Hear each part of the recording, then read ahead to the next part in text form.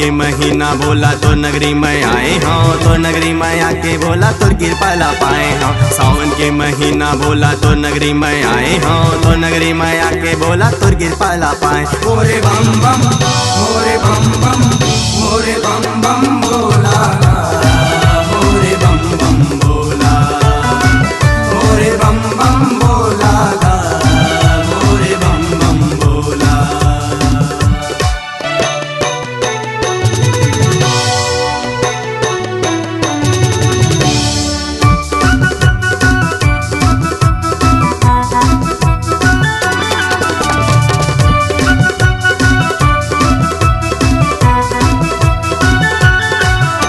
पीथमपुर मत कलेश्वरनाथ कहलाए हवस गा, सबके दुख कलेसला मिटाए हवस गा।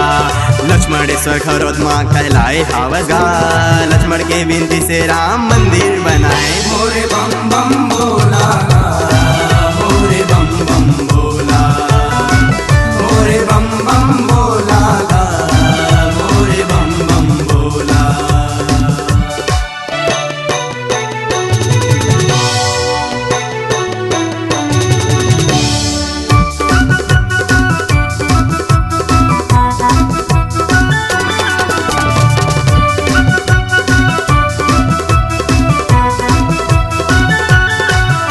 गोवर्धन विराजे भोला भोरम देव कहलाएगा, भोरम देव महोत्सव पूरा खुजराहो मनाएगा।